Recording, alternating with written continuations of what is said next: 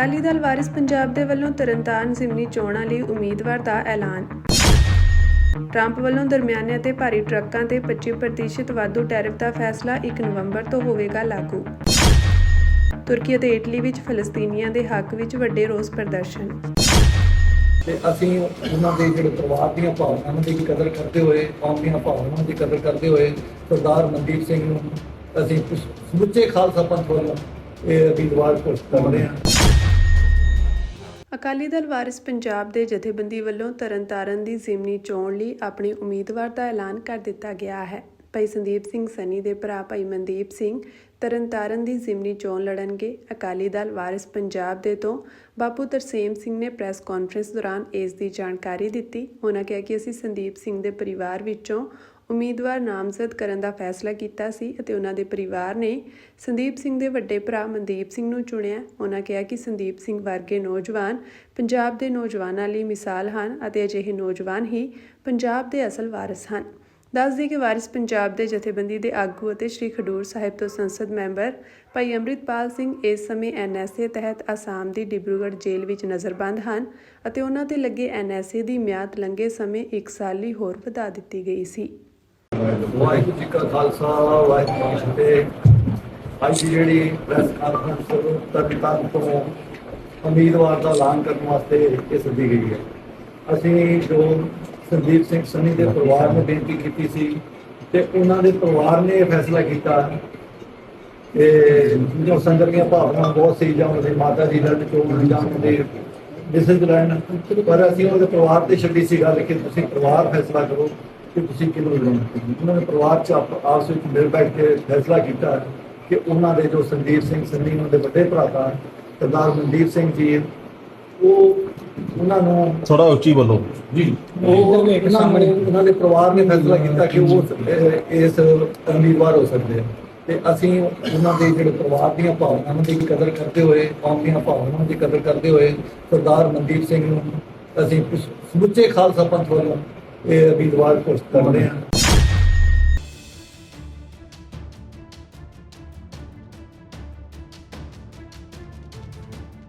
ਅਮਰੀਕੀ ਰਾਸ਼ਟਰਪਤੀ Donald Trump ਨੇ 1 ਨਵੰਬਰ ਤੋਂ ਲਾਗੂ ਹੋਣ ਵਾਲੇ ਦਰਮਿਆਨੇ ਅਤੇ ਭਾਰੀ ਟਰੱਕਾਂ ਤੇ 25% ਵਾਧੂ ਟੈਰਿਫ ਲਗਾਉਣ ਦਾ ਐਲਾਨ ਕੀਤਾ ਹੈ।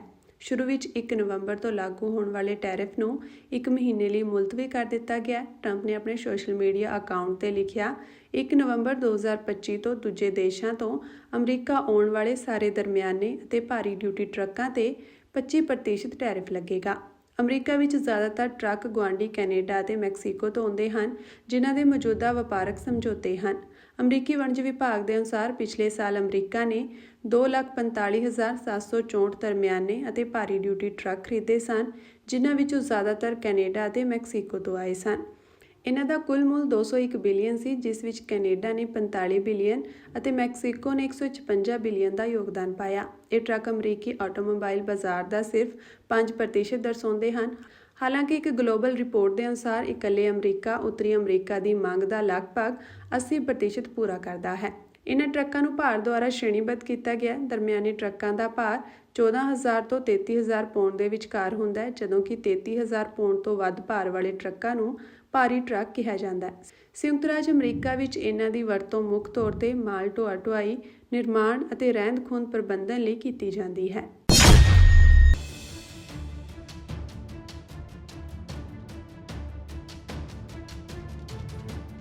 ਤੁਰਕੀ ਦੇ ਕਈ ਸ਼ਹਿਰਾਂ ਵਿੱਚ ਹਜ਼ਾਰਾਂ ਲੋਕਾਂ ਨੇ ਫਲਸਤੀਨੀਆਂ ਦੇ ਹੱਕ ਵਿੱਚ ਮਾਰਚ ਕੀਤੇ। ਇਸਤਾਂਬੁਲ ਵਿੱਚ ਸਭ ਤੋਂ ਵੱਡਾ ਪ੍ਰਦਰਸ਼ਨ ਹੋਇਆ, ਜਿੱਥੇ ਲੋਕਾਂ ਨੇ ਹਾਗੀਆ ਸੋਫੀਆ ਤੋਂ ਗੋਲਡਨ ਹੋਰਨ ਦੇ ਕੰਢੇ ਤੱਕ ਮਾਰਚ ਕੀਤਾ। ਇੱਥੇ ਤੁਰਕੀ ਅਤੇ ਫਲਸਤੀਨੀ ਝੰਡਿਆਂ ਨਾਲ ਸਜੀਆਂ ਦਰਜਨਾਂ ਕਿਸ਼ਤੀਆਂ ਨੇ ਲੋਕਾਂ ਦਾ ਸਵਾਗਤ ਕੀਤਾ। ਲੋਕਾਂ ਨੇ ਨਮਾਜ਼ ਪੜ੍ਹਨ ਮਗਰੋਂ ਫਲਸਤੀਨੀਆਂ ਨਾਲ ਮੁਸਲਮਾਨਾਂ ਦੀ ਇਕਜੁੱਟਤਾ ਪ੍ਰਗਟਾਈ। ਹਮਾਸ ਵੱਲੋਂ 7 ਅਕਤੂਬਰ 2023 ਨੂੰ ਇਜ਼ਰਾਈਲ ਤੇ ਕੀਤੇ ਗਏ ਹਮਲੇ ਦੀ ਦੂਜੀ ਬਰਸੀ ਤੋਂ ਪਹਿਲਾਂ ਯੂਰਪੀ ਸ਼ਹਿਰਾਂ ਵਿੱਚ ਵੀ ਪ੍ਰਦਰਸ਼ਨ ਕੀਤੇ ਗਏ। ਲੋਕਾਂ ਨੇ ਇਜ਼ਰਾਈਲੀ ਫੌਜ ਨੂੰ ਗਾਜ਼ਾ ਵਿੱਚ ਨਸਲਕੁਸ਼ੀ ਰੋਕਣ ਲਈ ਕਿਹਾ। ਤੁਰਕੀ ਦੀ ਰਾਜਧਾਨੀ ਅੰਕਾਰਾ ਵਿੱਚ ਪ੍ਰਦਰਸ਼ਨਕਾਰੀਆਂ ਨੇ ਹੱਥਾਂ ਵਿੱਚ ਝੰਡੇ ਅਤੇ ਗਾਜ਼ਾ ਵਿੱਚ ਨਸਲਕੁਸ਼ੀ ਦੀ ਨਿਖੇਧੀ ਵਾਲੀਆਂ ਤਖਤੀਆਂ ਫੜੀਆਂ ਹੋਈਆਂ ਸਨ। ਪੱਛਮੀ ਬੰਦਰਗਾਹ ਸ਼ਹਿਰ ਇਜ਼ਮੀਰ ਵਿੱਚ ਲੋਕਾਂ ਨੇ ਗਲੋਬਲ ਸੁਮਨ ਫਲੋਟੀਲਾ ਦੇ ਪੱਖ ਵਿੱਚ ਪ੍ਰਦਰਸ਼ਨ ਕੀਤਾ, ਜਿਸ ਨੂੰ ਇਜ਼ਰਾਈਲੀ ਫੌਜ ਨੇ ਗਾਜ਼ਾ ਵਿੱਚ ਸਹਾਇਤਾ ਲਿਜਾਣ ਤੋਂ ਰੋਕ ਦਿੱਤਾ ਸੀ। ਫਲਸਤੀਨ ਸਪੋਰਟਸ ਪਲੇਟਫਾਰਮ ਦੇ ਰੈਸਿਪ ਕਰਾਬਲ ਨੇ ਕਿਹਾ ਕਿ 1948 ਤੋਂ ਸ਼ੁਰੂ ਹੋਇਆ ਦਮਨ ਦਾ ਦੌਰ ਬੀਤੇ 2 ਸਾਲਾਂ ਵਿੱਚ ਨਸਲਕੁਸ਼ੀ ਵਿੱਚ ਬਦਲ ਗਿਆ। ਮੁਸਲਿਮ ਆਬਾਦੀ ਵਾਲੇ ਤੁਰਕੀ ਦੇ ਲੋਕਾਂ ਅਤੇ ਰਾਸ਼ਟਰਪਤੀ ਰੇਸਿਪ ਤੱਯਿਬ ਅਰਦੋਗਾਨ ਨੇ ਫਲਸਤੀਨੀਆਂ ਨੂੰ ਹਮਾਇਤ ਦਿੰਦਿਆਂ ਗਾਜ਼ਾ ਵਿੱਚ ਇਜ਼ਰਾਈਲੀ ਫੌਜੀ ਕਾਰਵਾਈ ਦੀ ਆਲੋਚਨਾ ਕੀਤੀ ਹੈ। ਇਸ ਤੋਂ ਇਲਾਵਾ ਗਾਜ਼ਾ ਵਿੱਚ ਫਲਸਤੀਨੀਆਂ ਅਤੇ ਮਾਨਵੀ ਸਹਾਇਤਾ ਮਿਸ਼ਨਾਂ ਦੀ ਹਿਮਾਇਤ ਵਿੱਚ ਇਟਲੀ ਵਿੱਚ ਵੀ ਸ਼ੁੱਕਰਵਾਰ ਨੂੰ 100 ਤੋਂ ਵੱਧ ਸ਼ਹਿਰਾਂ ਵਿੱਚ 20 ਲੱਖ ਤੋਂ ਵੱਧ ਲੋਕਾਂ ਨੇ ਰੈਲੀਆਂ ਕੀਤੀਆਂ। ਗਾਜ਼ਾ ਵਿੱਚ ਰਾਹਤ ਸਮੱਗਰੀ ਲਿਜਾ ਰਹੇ ਜਹਾਜ਼ ਗਲੋਬਲ ਸੁਮਨ ਫਲੋਟੀਲਾ ਨੂੰ ਇਜ਼ਰਾਈਲੀ ਫੌਜ ਵੱਲੋਂ ਰੋਕੇ ਜਾਣ ਮਗਰੋਂ ਇਤਾਲਵੀ ਯੂਨੀਅਨਾਂ ਨੇ ਸ਼ੁੱਕਰਵਾਰ ਨੂੰ ਮੁਲਕ ਵਿੱਚ ਹੜਤਾਲ ਦਾ ਸੱਦਾ ਦਿੱਤਾ ਸੀ। ਪੂਰੇ ਯੂਰਪ ਵਿੱਚ ਪ੍ਰਦਰਸ਼ਨਕਾਰੀਆਂ ਵੱਲੋਂ ਮੁਜ਼ਾਹਰੇ ਕੀਤੇ ਜਾ ਰਹੇ ਹਨ, ਪਰ ਇਟਲੀ ਵਿੱਚ ਜ਼ੋਰਦਾਰ ਪ੍ਰਦਰਸ਼ਨ ਹੋ ਰਹੇ ਹਨ। ਕੁਝ ਥਾਵਾਂ ਤੇ ਪ੍ਰਦਰਸ਼ਨਕਾਰੀਆਂ ਤੇ ਪੁਲਿਸ ਵਿਚਾਲੇ ਝੜਪਾਂ ਵੀ ਹੋਈਆਂ। ਪੁਲਿਸ ਨੇ ਉਹਨਾਂ ਨੂੰ ਖਿੰਡਾਉਣ ਲਈ ਧੂਏ ਵਾਲੇ ਬੰਬ ਵੀ ਸੁੱਟੇ। ਤੁਰਿਨ, ਬੋਲੋਗਨਾ ਅਤੇ ਨੇਪਲਜ਼ ਵਿੱਚ ਵੀ ਝੜਪਾਂ ਹੋਈਆਂ ਹਨ। ਇਟਲੀ ਦੀ ਪ੍ਰਧਾਨ ਮੰਤਰੀ ਜੋਰਜੀਆ ਮੇਲੋਨੀ ਨੇ ਹੜਤਾਲ ਦੀ ਤਿੱਖੀ ਆਲੋਚਨਾ ਕੀਤੀ ਹੈ। ਉਸਨੇ ਕਿਹਾ ਕਿ ਇਹ ਸਿਆਸਤ ਤੋਂ ਪ੍ਰੇਰਿਤ ਹੈ। CGIL ਯੂਨੀਅਨ ਮੁਤਾਬਕ 3 ਲੱਖ ਤੋਂ ਵੱਧ ਲੋਕਾਂ ਨੇ ਇਕੱਲੇ ਰੋਮ ਦੀਆਂ ਸੜਕਾਂ ਤੇ ਪ੍ਰਦਰਸ਼ਨ ਕੀਤੇ। ਹੜਤਾਲ ਦੌਰਾਨ ਆਵਾਜਾਈ ਅਤੇ ਸਕੂਲਾਂ ਸਮੇਤ ਮੁੱਖ ਸੇਵਾਵਾਂ ਠੱਪ ਕਰ ਦਿੱਤੀਆਂ ਗਈਆਂ। ਫਲੋਰੈਂਸ ਵਿੱਚ ਪ੍ਰਦਰਸ਼ਨਕਾਰੀ ਇਤਾਲਵੀ ਨੈਸ਼ਨਲ ਫੁੱਟਬਾਲ ਟੀਮ ਦੇ ਸਿਖਲਾਈ ਕੇਂਦਰ ਦੇ ਗੇਟ ਤੱਕ ਪਹੁੰਚ ਗਏ ਅਤੇ ਉਹਨਾਂ ਇਜ਼ਰਾਈਲ ਖਿਲਾਫ ਵਿਸ਼ਵ ਕੱਪ ਕੁਆਲੀਫਾਇਰ ਨਾ ਖੇਡਣ ਦੀ ਮੰਗ ਕੀਤੀ। ਦੱਸ ਦਈਏ ਕਿ ਇਹ ਮੁਕਾਬਲਾ ਯੂਡਾਈਨ ਵਿੱਚ 14 ਅਕਤੂਬਰ ਨੂੰ ਹੋਣਾ ਹੈ। इस बार भारत देश पूरी तैयारी के साथ है और इस पर वो संयम नहीं रखेगा जो सिंदूर 1.0 में हमने संयम रखा। और कुछ ऐसी कार्रवाई करेंगे कि हो सकता है पाकिस्तान को सोचना पड़े कि उसे इतिहास में भूगोल में रहना है कि नहीं रहना। ਪਾਕਿਸਤਾਨ ਦੇ ਰੱਖਿਆ ਮੰਤਰੀ ਖਵਾਜਾ ਆਸਿਫ ਨੇ ਭਾਰਤ ਨੂੰ ਪਾਕਿਸਤਾਨ ਨਾਲ ਕਿਸੇ ਵੀ ਭਵਿੱਖੀ ਫੌਜੀ ਟਕਰਾਅ ਵਿਰੁੱਧ ਚੇਤਾਵਨੀ ਦਿੰਦੇ ਹੋਏ ਕਿਹਾ ਕਿ ਅਜਿਹੀ ਕਿਸੇ ਵੀ ਦੁਸ਼ਮਣੀ ਦੀ ਸੂਰਤ ਵਿੱਚ ਢੁਕਵਾਂ ਜਵਾਬ ਦਿੱਤਾ ਜਾਵੇਗਾ। ਆਸਿਫ ਦਾ ਇਹ ਜਵਾਬ ਭਾਰਤ ਦੇ ਰੱਖਿਆ ਮੰਤਰੀ ਰਾਜਨਾਥ ਸਿੰਘ ਤੇ ਫੌਜ ਮੁਖੀ ਜਨਰਲ ਉਪੇਂਦਰ ਦਿਵੇਦੀ ਵੱਲੋਂ ਪਾਕਿਸਤਾਨ ਨੂੰ ਕਿਸੇ ਵੀ ਗਲਤ ਕਾਰਵਾਈ ਵਿਰੁੱਧ ਚੌਕਸ ਕਰਨ ਤੋਂ ਕੁਝ ਦਿਨ ਬਾਅਦ ਆਇਆ ਹੈ। Air chief marshal AP Singh ਨੇ ਸ਼ੁੱਕਰਵਾਰ ਨੂੰ ਕਿਹਾ ਸੀ ਕਿ ਆਪਰੇਸ਼ਨ ਸਿੰਦੂਰ ਦੌਰਾਨ ਭਾਰਤੀ ਹਮਲਿਆਂ ਵਿੱਚ ਅਮਰੀਕਾ ਤੋਂ ਆਏ F-16 ਜੈਟਾਂ ਸਮੇਤ ਘੱਟੋ-ਘੱਟ ਦਰਜਨ ਪਾਕਿਸਤਾਨੀ ਫੌਜੀ ਜਹਾਜ਼ ਤਬਾਹ ਹੋ ਗਏ ਜਾਂ ਨੁਕਸਾਨੇ ਗਏ। ਭਾਰਤ ਲਗਾਤਾਰ ਕਹਿੰਦਾ ਰਿਹਾ ਕਿ ਭਾਰਤੀ ਫੌਜ ਵੱਲੋਂ ਮਈ ਵਿੱਚ ਵੱਖ-ਵੱਖ ਪਾਕਿਸਤਾਨੀ ਫੌਜੀ ਢਾਂਚਿਆਂ ਨੂੰ ਨਿਸ਼ਾਨਾ ਬਣਾਉਣ ਤੋਂ ਬਾਅਦ ਪਾਕਿਸਤਾਨ ਨੇ ਦੁਸ਼ਮਣੀ ਖਤਮ ਕਰਨ ਦੀ ਬੇਨਤੀ ਕੀਤੀ ਸੀ। ਆਸਿਫ ਨੇ ਸੋਸ਼ਲ ਮੀਡੀਆ ਤੇ ਨਵੀਂ ਦਿੱਲੀ ਦੇ ਉੱਚ ਸੁਰੱਖਿਆ ਅਦਾਰੇ ਦੇ ਭੜਕਾਊ ਬਿਆਨਾਂ ਦਾ ਸਖਤ ਜਵਾਬ ਦਿੱਤਾ। ਉਹਨਾਂ ਨੇ ਭਾਰਤੀ ਫੌਜੀ ਅਤੇ ਰਾਜਨੀਤਿਕ ਨੇਤਾਵਾਂ ਦੇ ਕੁਝ ਹਾਲੀਆ ਬਿਆਨਾਂ ਨੂੰ ਆਪਣੀ ਗਵਾਚੀ ਹੋਈ ਭਰੋਸੇਯੋਗਤਾ ਨੂੰ ਬਹਾਲ ਕਰਨ ਦੀ ਨਾਕਾਮ ਕੋਸ਼ਿਸ਼ ਕਰਾਰ ਦਿੱਤਾ। ਉਹਨਾਂ ਲਿਖਿਆ ਕਿ ਭਾਰਤੀ ਫੌਜੀ ਅਤੇ ਰਾਜਨੀਤਿਕ ਲੀਡਰਸ਼ਿਪ ਦੇ ਬਿਆਨ ਉਹਨਾਂ ਦੇ ਗੁਆਚੇ ਵਕਾਰ ਨੂੰ ਬਹਾਲ ਕਰਨ ਦੀ ਇੱਕ ਨਾਕਾਮ ਕੋਸ਼ਿਸ਼ ਹਨ। ਉਹਨਾਂ ਅੱਗੇ ਲਿਖਿਆ ਕਿ 0-6 ਦੇ ਸਕੋਰ ਨਾਲ ਅਜਿਹੀ ਫੈਸਲਾਕੁਨ ਹਾਰ ਤੋਂ ਬਾਅਦ ਜੇ ਉਹ ਮੁੜ ਕੋਸ਼ਿਸ਼ ਕਰਦੇ ਹਨ ਤਾਂ ਸਕੋਰ ਪਹਿਲਾਂ ਨਾਲੋਂ ਕਿਤੇ ਬਿਹਤਰ ਹੋਵੇਗਾ। इस बार भारत देश पूरी तैयारी के साथ है और इस पर वो संयम नहीं रखेगा जो सिंदूर 1.0 में हमने संयम रखा। इस बार हम आगे की कार्रवाई करेंगे और कुछ ऐसी कार्रवाई करेंगे कि हो सकता है पाकिस्तान को सोचना पड़े कि उसे इतिहास में भूगोल में रहना है कि नहीं रहना। अगर उसे भूगोल में अपनी जगह बनानी है तो उसके लिए उसे जो स्टेट स्पॉन्सर टेररिज्म जिसको हम बोलते हैं, यानी कि उसका देश जो टेररिज्म को स्पॉन्सर कर रहा है उसे रोकना पड़ेगा।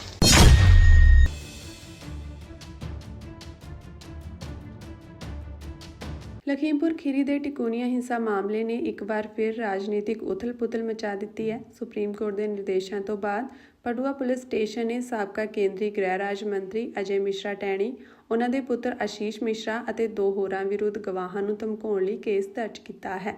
ਟਿਕੂਨੀਆ ਹਿੰਸਾ ਮਾਮਲੇ ਦੇ ਮੁੱਖ ਗਵਾਹ ਬਲਜਿੰਦਰ ਨੇ ਸੁਪਰੀਮ ਕੋਰਟ ਵਿੱਚ ਇਹ ਹਲਫਨਾਮਾ ਦਾਇਰ ਕੀਤਾ ਹੈ, ਜਿਸ ਵਿੱਚ ਕਿਹਾ ਗਿਆ ਹੈ ਕਿ ਉਸ ਨੂੰ ਵਾਰ-ਵਾਰ ਜਾਨੋਂ ਮਾਰਨ ਦੀਆਂ ਧਮਕੀਆਂ ਮਿਲ ਰਹੀਆਂ ਸਨ। 15 ਤੇ 16 ਅਗਸਤ 2023 ਨੂੰ ਉਸ ਨੂੰ ਗਵਾਹੀ ਦੇਣ ਤੋਂ ਰੋਕਣ ਲਈ ਡਰਾਇਆ ਗਿਆ ਅਤੇ ਧਮਕੀਆਂ ਦਿੱਤੀਆਂ ਗਈਆਂ। ਇਹ ਧਮਕੀਆਂ ਮਿਲਣ ਤੋਂ ਬਾਅਦ ਉਹ ਇੰਨਾ ਡਰ ਗਿਆ ਕਿ ਉਸਨੇ ਪੰਜਾਬ ਵਿੱਚ ਸ਼ਰਨ ਲੈਣ ਦਾ ਫੈਸਲਾ ਕੀਤਾ। ਬਲਜਿੰਦਰ ਨੇ ਅਦਾਲਤ ਨੂੰ ਦੱਸਿਆ ਕਿ ਉਸ ਨੂੰ ਅਜੇ ਮਿਸ਼ਰਾ ਟੈਣੀ, ਅਮਨਦੀਪ ਸਿੰਘ ਟੈਣੀ ਦੇ ਨਜ਼ਦੀਕੀ ਸਾਥੀ ਆਸ਼ੀਸ਼ ਮਿਸ਼ਰਾ ਅਤੇ ਇੱਕ ਹੋਰ ਅਣਪਛਾਤੇ ਵਿਅਕਤੀ ਤੋਂ ਧਮਕੀਆਂ ਮਿਲ ਰਹੀਆਂ ਸਨ। ਸੁਪਰੀਮ ਕੋਰਟ ਨੇ ਇਸ ਗਵਾਹੀ ਨੂੰ ਗੰਭੀਰਤਾ ਨਾਲ ਲਿਆ ਅਤੇ ਉੱਤਰ ਪ੍ਰਦੇਸ਼ ਪੁਲਿਸ ਨੂੰ ਤੁਰੰਤ ਕਾਰਵਾਈ ਕਰਨ ਦੇ ਨਿਰਦੇਸ਼ ਦਿੱਤੇ। ਸੁਪਰੀਮ ਕੋਰਟ ਦੇ ਨਿਰਦੇਸ਼ਾਂ ਤੋਂ ਬਾਅਦ ਪੁਲਿਸ ਨੇ ਚਾਰੇ ਦੋਸ਼ੀਆਂ ਵਿਰੁੱਧ ਕੇਸ ਦਰਜ ਕੀਤਾ। ਪੜੂਆ ਪੁਲਿਸ ਸਟੇਸ਼ਨ ਦੇ ਇੰਚਾਰਜ ਨੇ ਦੱਸਿਆ ਕਿ ਗਵਾਹ ਨੂੰ ਡਰਾਉਣ ਧਮਕਾਉਣ ਲਈ ਭਾਰਤੀ ਦੰਡਾਵਲੀ ਦੀ ਧਾਰਾ 195A ਅਪਰਾਧਿਕ ਧਮਕੀ ਅਤੇ ਸਾਜ਼ਿਸ਼ ਰਚਣ ਲਈ 506 ਦੇ ਤਹਿਤ ਮਾਮਲਾ ਦਰਜ ਕੀਤਾ ਗਿਆ ਹੈ। ਜਾਂਚ ਸ਼ੁਰੂ ਕਰ ਦਿੱਤੀ ਗਈ ਹੈ ਅਤੇ ਜਲਦੀ ਹੀ ਸਾਰੇ ਦੋਸ਼ੀਆਂ ਤੋਂ ਪੁੱਛਗਿੱਛ ਕੀਤੀ ਜਾਵੇਗੀ।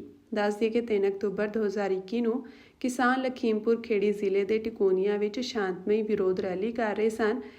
ਇਸ ਮੌਕੇ ਕੇਂਦਰੀ ਗ੍ਰਹਿ ਰਾਜ ਮੰਤਰੀ ਦੇ ਪੁੱਤਰ ਆਸ਼ੀਸ਼ ਮਿਸ਼ਰਾ ਮੋਨੂ ਨੇ 4 ਕਿਸਾਨਾਂ ਅਤੇ ਇੱਕ ਪੱਤਰਕਾਰ ਦੇ ਉੱਤੇ ਥਾਰ ਚਲਾ ਕੇ ਉਹਨਾਂ ਦੀ ਹੱਤਿਆ ਕਰ ਦਿੱਤੀ ਸੀ। ਇਸ ਮਾਮਲੇ ਵਿੱਚ ਆਸ਼ੀਸ਼ ਮਿਸ਼ਰਾ ਅਤੇ 12 ਹੋਰ ਦੋਸ਼ੀਆਂ ਨੂੰ ਜੇਲ੍ਹ ਭੇਜ ਦਿੱਤਾ ਗਿਆ ਸੀ।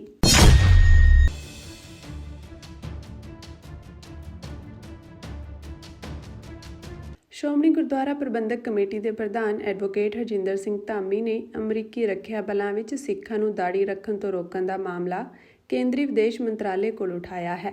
ਅਮਰੀਕੀ ਰੱਖਿਆ ਬਲਾਂ ਵਿੱਚ ਸਿੱਖਾਂ ਨੂੰ ਦਾੜੀ ਰੱਖਣ ਤੋਂ ਰੋਕਣ ਵਾਲੇ ਅਮਰੀਕੀ ਰੱਖਿਆ ਸਕੱਤਰ ਦੇ ਬਿਆਨ ਬਾਰੇ ਸ਼੍ਰੋਮਣੀ ਕਮੇਟੀ ਨੇ ਭਾਰਤ ਦੇ ਵਿਦੇਸ਼ ਮੰਤਰੀ ਡਾਕਟਰ ਐਸ ਜੈਸ਼ੰਕਰ ਨੂੰ ਪੱਤਰ ਲਿਖ ਕੇ ਅਪੀਲ ਕੀਤੀ ਹੈ। ਉਹਨਾਂ ਮੰਗ ਕਰਦਿਆਂ ਇਹ ਮਾਮਲਾ ਅਮਰੀਕਾ ਸਰਕਾਰ ਕੋਲ ਉਠਾਉਣ ਅਤੇ ਇਸ ਤੇ ਰੋਕ ਲਗਾਉਣ ਲਈ ਆਖਿਆ।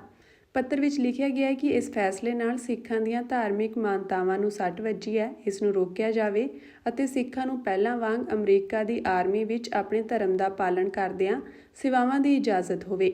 ਸ਼੍ਰੋਮਣੀ ਕਮੇਟੀ ਪ੍ਰਧਾਨ ਐਡਵੋਕੇਟ ਹਰਜਿੰਦਰ ਸਿੰਘ ਧਾਮੀ ਨੇ ਕਿਹਾ ਕਿ ਅਮਰੀਕਾ ਸਰਕਾਰ ਦੇ ਅਧਿਕਾਰੀ ਦਾ ਅਜਿਹਾ ਬਿਆਨ ਸਿੱਖਾਂ ਦੀਆਂ ਪਰੰਪਰਾਵਾਂ ਅਤੇ ਮੌਲਿਕ ਅਧਿਕਾਰਾਂ ਨੂੰ ਅੱਖੋਂ ਪਰੋਖੇ ਕਰਨ ਵਾਲਾ ਹੈ। ਉਹਨਾਂ ਕਿਹਾ ਕਿ ਸਿੱਖਾਂ ਨੇ ਆਪਣੀ ਕਾਬਲੀਅਤ ਨਾਲ ਜਿੱਥੇ ਪੂਰੀ ਦੁਨੀਆ ਵਿੱਚ ਚੰਗੇ ਮੁਕਾਮ ਹਾਸਲ ਕੀਤੇ ਹਨ, ਉੱਥੇ ਅਮਰੀਕਾ ਦੇ ਵਿਕਾਸ ਵਿੱਚ ਵੀ ਆਪਣਾ ਯੋਗਦਾਨ ਪਾਇਆ ਹੈ ਅਤੇ ਅਮਰੀਕਾ ਦੀਆਂ ਫੌਜਾਂ ਵਿੱਚ ਵੀ ਸਿੱਖ ਆਪਣੀ ਡਿਊਟੀ ਪੂਰੀ ਲਗਨ ਨਾਲ ਕਰ ਰਹੇ ਹਨ। ਅਜਿਹੇ ਵਿੱਚ ਫੌਜ ਦੀ ਡਿਊਟੀ ਦੌਰਾਨ ਸਿੱਖਾਂ ਨੂੰ ਦਾੜੀ ਰੱਖਣ ਤੋਂ ਰੋਕਣ ਦਾ ਫੈਸਲਾ ਤਰਕਸੰਗਤ ਨਹੀਂ ਹੈ।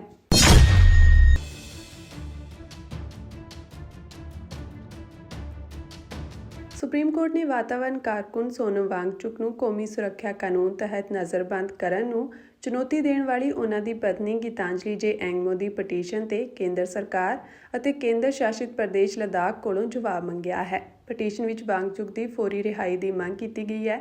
ਜਸਟਿਸ ਅਰਵਿੰਦ ਕੁਮਾਰ ਅਤੇ ਜਸਟਿਸ NV ਅੰਜਾਰੀਆ ਦੇ ਬੈਂਚ ਨੇ ਹਾਲਾਂਕਿ ਸੋਨਮ ਵਾਂਗਚੁਕ ਨੂੰ ਨਜ਼ਰਬੰਦ ਕਰਨ ਦੇ ਕਾਰਨਾਂ ਬਾਰੇ ਉਹਨਾਂ ਦੀ ਪਤਨੀ ਨੂੰ ਜਾਣਕਾਰੀ ਮੁਹੱਈਆ ਕਰਵਾਉਣ ਸੰਬੰਧੀ ਹੁਕਮ ਜਾਰੀ ਕਰਨ ਤੋਂ ਇਨਕਾਰ ਕਰ ਦਿੱਤਾ ਅਤੇ ਮਾਮਲੇ ਦੀ ਸੁਣਵਾਈ 14 ਅਕਤੂਬਰ ਤੱਕ ਮੁਅੱਤਲ ਕਰ ਦਿੱਤੀ। ਬੈਂਚ ਨੇ ਕਿਹਾ ਕਿ ਫਿਲਹਾਲ ਕੁਝ ਅਹਿਮ ਕਦਮ ਚੁੱਕੇ ਗਏ ਹਨ। ਵਾਂਗਚੁਕ ਦੀ ਪਤਨੀ ਵੱਲੋਂ ਪੇਸ਼ ਹੋਏ ਸੀਨੀਅਰ ਵਕੀਲ ਕਪਿਲ ਸਿੱਬਲ ਨੇ ਸੁਪਰੀਮ ਕੋਰਟ ਨੂੰ ਇਹ ਨਿਰਦੇਸ਼ ਦੇਣ ਦੀ ਅਪੀਲ ਕੀਤੀ ਕਿ ਵਾਂਗਚੁਕ ਨੂੰ ਨਜ਼ਰਬੰਦ ਕਰਨ ਦਾ ਕਾਰਨ ਐਂਗਮੋ ਨੂੰ ਦੱਸਣਾ ਚਾਹੀਦਾ ਹੈ। ਸੋਲੀਸਿਟਰ ਜਨਰਲ ਤੁਸ਼ਾਰ ਮਹਿਤਾ ਨੇ ਦਲੀਲ ਦਿੱਤੀ ਕਿ ਜਿਨ੍ਹਾਂ ਕਾਰਨਾਂ ਕਰਕੇ ਵਾਂਗਚੁਕ ਨੂੰ ਨਜ਼ਰਬੰਦ ਕੀਤਾ ਗਿਆ ਉਸ ਬਾਰੇ ਬੰਦੀ ਵਾਂਗਚੁਕ ਨੂੰ ਸੂਚਿਤ ਕਰ ਦਿੱਤਾ ਗਿਆ। ਮਹਿਤਾ ਨੇ ਕਿਹਾ ਕਿ ਪਤਨੀ ਗੀਤਾਂਜਲੀ ਨੂੰ ਵਾਂਗਚੁਕ ਨੂੰ ਨਜ਼ਰਬੰਦ ਕੀਤੇ ਜਾਣ ਦਾ ਕਾਰਨ ਦੱਸਣ ਦੀ ਕੋਈ ਕਾਨੂੰਨੀ ਲੋੜ ਨਹੀਂ ਹੈ।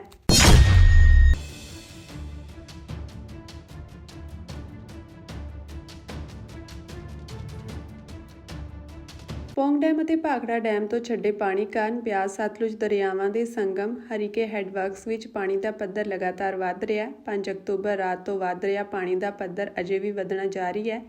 ਬੀਤੇ ਕੱਲ ਹਰੀਕੇ ਹੈੱਡਵਰਕਸ ਦੇ ਅਪਸਟ੍ਰੀਮ ਵਿੱਚ ਪਾਣੀ ਦੀ ਆਮਦ 94,000 ਕਿਊਸਿਕ ਸੀ, ਜੋ ਅੱਜ ਸਵੇਰੇ 8 ਵਜੇ ਤੱਕ ਵੱਧ ਕੇ 1,12,000 ਕਿਊਸਿਕ ਹੋ ਗਈ। ਹਰੀਕੇ ਹੈੱਡਵਰਕਸ ਦੇ ਰੈਗੂਲੇਸ਼ਨ ਵਿਭਾਗ ਦਫ਼ਤਰ ਤੋਂ ਮਿਲੀ ਜਾਣਕਾਰੀ ਅਨੁਸਾਰ ਅੱਜ ਸਵੇਰੇ ਹਰੀਕੇ ਹੈੱਡਵਰਕਸ ਦੇ ਅਪਸਟ੍ਰੀਮ ਵਿੱਚ ਪਾਣੀ ਦਾ ਪੱਧਰ ਵੱਧ ਕੇ 1,12,235 ਕਿਊਸਿਕ ਪਾਣੀ ਦੀ ਆਮਦ ਹੈ, ਜਿਸ ਵਿੱਚ ਡਾਊਨਸਟ੍ਰੀਮ ਨੂੰ 92,234 ਕਿਊਸਿਕ ਪਾਣੀ ਛੱਡਿਆ ਜਾ ਰਿਹਾ ਹੈ। ਦੱਸ ਦਈਏ ਕਿ ਵੈਸਟਰਨ ਡਿਸਟਰਬੈਂਸ ਦੇ ਸਰਗਰਮ ਹੋਣ ਤੋਂ ਬਾਅਦ ਸੂਬੇ ਵਿੱਚ ਹੋਈ ਬਾਰਿਸ਼ ਕਾਰਨ ਪੰਜਾਬ ਦੇ ਤਾਪਮਾਨ ਵਿੱਚ 24 ਘੰਟਿਆਂ ਵਿੱਚ 8.1 ਡਿਗਰੀ ਦੀ ਗਿਰਾਵਟ ਦਰਜ ਕੀਤੀ ਗਈ, ਜਿਸ ਤੋਂ ਬਾਅਦ ਸੂਬੇ ਦਾ ਵੱਧ ਤੋਂ ਵੱਧ ਤਾਪਮਾਨ ਆਮ ਨਾਲੋਂ 9 ਡਿਗਰੀ ਘੱਟ ਦਰਜ ਕੀਤਾ ਗਿਆ। ਸੂਬੇ ਦਾ ਸਭ ਤੋਂ ਵੱਧ ਤਾਪਮਾਨ ਫਰੀਦਕੋਟ ਵਿੱਚ 28.1 ਡਿਗਰੀ ਦਰਜ ਕੀਤਾ ਗਿਆ। ਅੱਜ ਪੰਜਾਬ ਦੇ 12 ਜ਼ਿਲ੍ਹਿਆਂ ਲਈ ਯੈਲੋ ਅਲਰਟ ਜਾਰੀ ਕੀਤਾ ਗਿਆ। ਇਹ ਅਲਰਟ ਸੰਗਰੂਰ, ਪਟਿਆਲਾ, ਫਤਿਹਗੜ੍ਹ ਸਾਹਿਬ, ਮੁਹਾਲੀ, ਲੁਧਿਆਣਾ, ਰੂਪਨਗਰ, ਜਲੰਧਰ, ਕਪੂਰਥਲਾ, ਹੁਸ਼ਿਆਰਪੁਰ, ਗੁਰਦਾਸਪੁਰ ਅਤੇ ਪਠਾਨਕੋਟ ਵਿੱਚ ਜਾਰੀ ਕੀਤਾ ਗਿਆ। ਭਾਰੀ ਮੀਂਹ ਤੋਂ ਇਲਾਵਾ ਇੱਥੇ 40 ਕਿਲੋਮੀਟਰ ਦੀ ਰਫ਼ਤਾਰ ਨਾਲ ਤੇਜ਼ ਹਵਾਵਾਂ ਵੀ ਚੱਲ ਸਕਦੀਆਂ ਹਨ, ਜਦੋਂ ਕਿ ਹੋਰ ਜ਼ਿਲ੍ਹਿਆਂ ਵਿੱਚ ਮੌਸਮ ਆਮ ਰਹਿਣ ਦੀ ਉਮੀਦ ਹੈ। ਪੱਛਮੀ ਗੜਬੜੀ ਤੋਂ ਬਾਅਦ ਡੈਮਾਂ ਵਿੱਚ ਪਾਣੀ ਦੇ ਪੱਧਰ ਨੂੰ ਘਟਾਉਣ ਲਈ ਫਲੱਡ ਗੇਟ ਖੋਲ੍ਹੇ ਗਏ ਸਨ, ਜੋ ਵਗਦੇ ਰਹੇ। ਹਾਲਾਂਕਿ ਇਹ ਰਾਹਤ ਦੀ ਗੱਲ ਹੈ ਕਿ ਹੁਣ ਜਿਵੇਂ-ਜਿਵੇਂ ਪਾਣੀ ਦਾ ਪੱਧਰ ਘਟਿਆ, ਪਾਣੀ ਦਾ ਨਿਕਾਸ ਵੀ ਘਟਾਇਆ ਜਾ ਰਿਹਾ ਹੈ। ਮੌਜੂਦਾ ਸਮੇਂ ਵਿੱਚ ਰਾਜ ਦੀਆਂ 3 ਪ੍ਰਮੁੱਖ ਨਦੀਆਂ ਸਤਲੁਜ, ਬਿਆਸ ਅਤੇ ਰਾਵੀ ਤੇ ਬਣੇ ਡੈਮਾਂ ਵਿੱਚ ਪਾਣੀ ਦਾ ਪੱਧਰ ਆਮ ਨਾਲੋਂ ਉੱਪਰ ਹੈ।